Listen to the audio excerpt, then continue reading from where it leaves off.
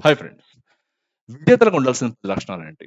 మనం ఏదైనా సాధించాలి, నంబర్ 1గా నిలవాలని జెప్పి చాలా ట్రై చేస్తుంటాం. కానీ అందరూ విజయాన్ని సాధించలేరు. కొంతమంది మాత్రమే విజయానికి చేరువగా వస్తారు. అండ్ చాలా కొద్ది మంది మాత్రమే ఆ విజయాన్ని అందుకుంటారు. సో, వీళ్ళకుండే లక్షణాలేంటి? ఒక 10 ముఖ్యమైన లక్షణాలైతే ఈరోజు చెప్పుకోవడానికైతే ట్రై చేద్దాం. ఇందులో ఫస్ట్ వన్ వచ్చి రెసిలియన్స్ అంటే స్థితిస్థాపకత అనమాట. అంటే ఎటువంటి అవాంతరం వచ్చినా, ఎటువంటి సమస్యొచ్చినా, ఎలాంటి ఛాలెంజ్ ఫేస్ చేసినా సరే నాకు మనస్తత్వం అనేది చెక్కు చెదరదు. నేను అటువంటి వాటికి షేక్ అయిపోను నేను. ఖచ్చితంగా దాన్ని ఫేస్ చేస్తానన్న డిటర్మినేషన్ అనమాట. సో, ఇటువంటి రెసిలియన్స్ కనుక మీలో ఉందంటే ఖచ్చితంగా మీరు విజయాన్ని చేరుకుంటారు. అండ్ నంబర్ 2 వచ్చి ప్యాషన్. మనం చాలా చోట్ల వింటూనే ఉంటాం. ఆ పని చేయడం నాకు చాలా ప్యాషన్. ఆ ప్యాషన్ నాకుంది. ఆ ప్యాషనే నన్ను ముందుకు నడిపిస్తుందని చెప్పి చాలా మంది చెప్తూ ఉంటారు. ప్యాషన్ అంటే అభిరుచి అనమాట. సో, ఈ ప్యాషన్ గనుక మీకుందంటే మీరు పెట్టే కష్టం మీకెప్పుడు కష్టంలా ఉండదు. అది చాలా ఇష్టంగా మీరు పెడతారనమాట. ఆ హార్డ్ వర్క్ అంతా కూడా మీరు చాలా ఇష్టంగా చేస్తారు. సో, ఇటువంటి ప్యాషన్ మీరు చేసే పని మీద మీకుంది. ఆ పనిలో మీకు విజయం సాధించాలని చెప్పి మీకు బలమైన ఆకాంక్ష ఉందన్నప్పుడు ఖచ్చితంగా ఈ ప్యాషన్ అనేది ఒక ముఖ్య లక్షణంగా మీకైతే మీ విజయంలో తోడ్పాటుని అందిస్తుందన్నమాట. సో, ప్యాషన్ అనేది ఖచ్చితంగా మీకుండాలి.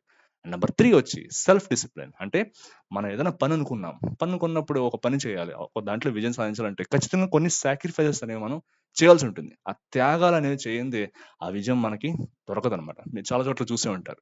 ఈ ఆర్మీ ఉద్యోగాలకు గాని, లేకపోతే పోలీస్ డిపార్ట్‌మెంట్ ఉద్యోగాలకు గాని, ఎంపిక కోసం ప్రయత్నించే అభ్యర్థులు పొద్దున్న 4 గంటలకు లేకపోతే 3 గంటలకు కూడా లేచి రన్నింగ్ ప్రాక్టీస్ అనేవి చేస్తూ ఉంటారనమాట. ఎందుకు చేస్తారు? ఆ టైంలో వాళ్ళు కూడా మనలాగే హ్యాపీగా పడుకోవచ్చు కదా! కానీ లేదనమాట. వాళ్ళకి ఆ ఉద్యోగం సాధించడం అనేది వాళ్ళ యొక్క లక్ష్యం. వాళ్ళు విజయం చేరుకోవాలంటే ఖచ్చితంగా అటువంటి సాక్రిఫైసెస్ వాళ్ళు చేసి తీరాలి. అది చేసేంత వరకు కూడా వాళ్ళు నిద్రపోరనమాట. సో, అటువంటి సెల్ఫ్ డిసిప్లిన్ అనేది వాళ్ళు అలవాటు చేసుకుంటారు. సో, జీవితంలో మనం కూడా ఏదైనా ఒకటి చెయ్యాలి. ఒక దాంట్లో విజయం సాధించాలంటే మనకంటూ మనం కొన్ని రూల్స్ పెట్టుకోవాలి.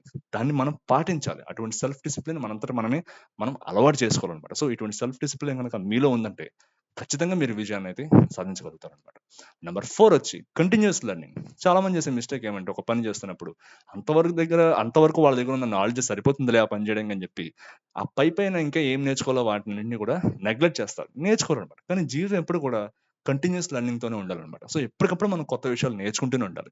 నీ జీవితంలో మనం ఏదైనా విజయం సాధించాలి. ఒక పర్టిక్యులర్ థింగ్‌లో నంబర్ 1గా నిలవాలి అంటే పక్క వాళ్ళ నుంచి ఖచ్చితంగా మనం చాలా నేర్చుకుంటూనే ఉండాలి. మన జీవితంలో ప్రతి ఫేజ్‌లో కూడా మనం ఏదో ఒక విషయాన్ని కొత్తగా నేర్చుకుంటూనే ఉండాలనమాట. సో, కంటిన్యూయస్ లెర్నింగ్ అనేదాన్ని ఎప్పుడు కూడా మనం ఆపకూడదు. ఇదే విజేతలకు ఉండే ముఖ్య లక్షణం అనమాట.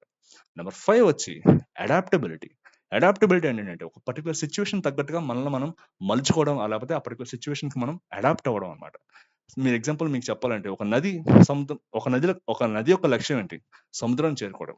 ఆ దారిలో దానికి ఏమైనా పర్వతాలు గనుక ఎదురయ్యాయంటే ఏం చేస్తుంది? అంతే అయ్యో! అంత పెద్ద పర్వతం అడ్డొచ్చేసిందని చెప్పి అక్కడితో ఆగిపోదు కదా! ఆ పర్వతాలను చీల్చుకుంటూ వెళ్ళిపోతుంది. సో, అదే విధంగా కూడా ఒక సమస్య ఏదైనా వచ్చింది. దానికి తగ్గట్టుగా మన యొక్క సొల్యూషన్‌ని మనం అడాప్ట్ చేసుకొని, లేకపోతే మన యొక్క జీవన శైలిని, మన యొక్క థాట్ ప్రాసెస్‌ని దానికి తగ్గట్టుగా మనం అలవాటు చేసుకొని, దానికి తగ్గట్టుగా మనం మలుచుకొని ముందుకు వెళ్ళాలి తప్పితే ఏదో అవాంతరం వచ్చేసింది కదా! ఇక్కడితోటి మనం అనుకోలేదు కదా! ఇలా జరుగుతుందని చెప్పి. సో, ఆపేద్దామని చెప్పి అన్నటువంటి మైండ్‌సెట్ ఎప్పుడు మనకు ఉండకూడదనమాట. సో, అడాప్టబిలిటీ అనేదాన్ని విజేత ఖచ్చితంగా అలవాటు చేసుకోవాలి. నెక్స్ట్ పాయింట్ వచ్చి విజన్. మనకంటూ ఒక దూరదృష్టి ఉండాలి. మనం ఏదైనా ఒక పని స్టార్ట్ చేసాం. ఆ పని చేయడం వల్ల ఏమవుతుంది? ఆ పని ఎలా చేయాలి? ఆ పనిని ఏ విధంగా మనం చిన్న చిన్న పార్ట్స్ కింద బ్రేక్ చేసుకోవాలి? ఏ విధంగా ఒక స్టెప్ బై స్టెప్ ప్రాసెస్ అనేది ఉండాలి? మన థాట్ ప్రాసెస్ ఏ విధంగా వర్కౌట్ అవ్వాలి? అన్న విజన్ విజేత ఖచ్చితంగా ఉండాలనమాట. ఎవరి దగ్గరైతే ఈ విజన్ కొరవడిందో వాళ్ళైతే విజయాన్ని సాధించలేరు. సో, మీరు ఏదైనా పనిలో విజయం సాధించాలంటే ఖచ్చితంగా మీ దగ్గర ఒక విజన్ అనేది ఎప్పుడూ ఉండాలనమాట. ఎప్పుడు గుర్తుపెట్టుకోండి. ఒక విజన్ అనేది పెట్టుకోండి అనమాట. ఏం చేయాలి? అది చేస్తే మీరేమవుతారు? ఏం సాధిస్తారు?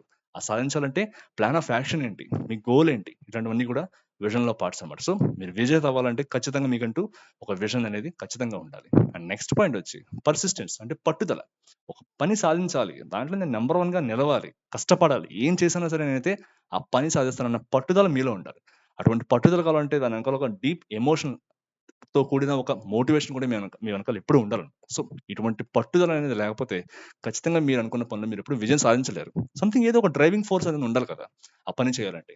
ఒక పట్టుదలతోటి మీరెప్పుడు కూడా పని కంప్లీట్ చేయాలి తప్పితే, ఏదో చేద్దాంలే మొక్కుబడిగా అని చెప్పి చేసామంటే ఖచ్చితంగా మీరు ఆ పనిలో మీరనుకున్న పనిలో విజయాన్ని ఎప్పుడు సాధించలేరనమాట. సో, ఇప్పుడు కూడా పట్టుదల అనేది చాలా ఇంపార్టెంట్. అండ్ నెక్స్ట్ పాయింట్ వచ్చి నెట్వర్కింగ్ స్కిల్స్.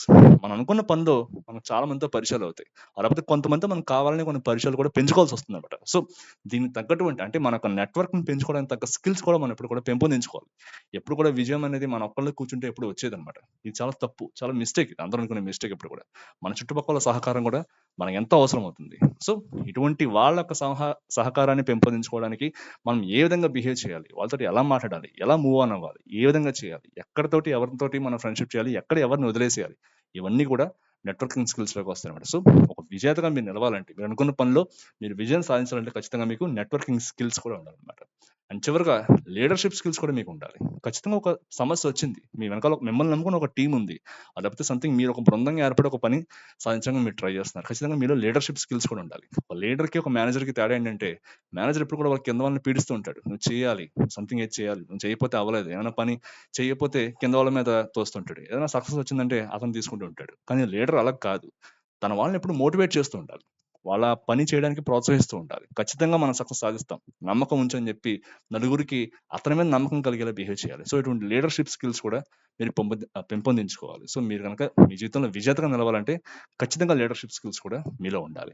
అండ్ చివరగా గ్రాటిట్యూడ్ అనేది ఖచ్చితంగా మీలో ఉండాలి. అంటే కృతజ్ఞత అనమాట. సో, మీ యొక్క ప్రయాణంలో ఇంతవరకు మీకు సహకరించిన వాళ్ళు ఎవరైతే ఉన్నారో, వాళ్ళు చేసిన సహాయాన్ని ఎప్పటికీ మర్చిపోకూడదు. సో, ఆ గ్రాటిట్యూడ్ అనేది ఎప్పటికీ మెయింటైన్ చేయాలన్నమాట. సో, ఈ 10 లక్షణాలు కనుక మీలో ఉన్నాయంటే ఖచ్చితంగా మీరు అనుకున్న విషయంలో మీరు విజయాన్ని సాధించగలుగుతారు. అండ్ మీ జీవితంలో మీరే నంబర్ 1గా నిలవగలుగుతారు. సో, ఈ వీడియో కనుక మీకు నచ్చిందంటే ప్లీజ్ సబ్స్క్రైబ్.